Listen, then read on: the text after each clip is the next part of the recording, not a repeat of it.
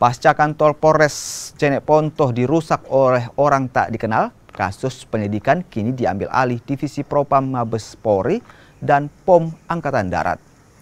Sementara itu, proses penyidikan terus dilakukan. Aktivitas di Polres Jeneponto kembali normal. Satu anggota kepolisian yang terluka saat peristiwa tersebut kini telah membaik.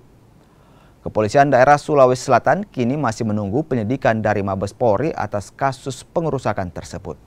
Untuk perkembangan update terakhir untuk kita sudah ada koordinasi dengan Pangdam untuk melaksanakan kegiatan lidik ke dalam bersama, ya, dan sudah diambil alih oleh Pomdam, termasuk juga dari POM TNI, POM AD, dan Dip Propam Mabes Polri.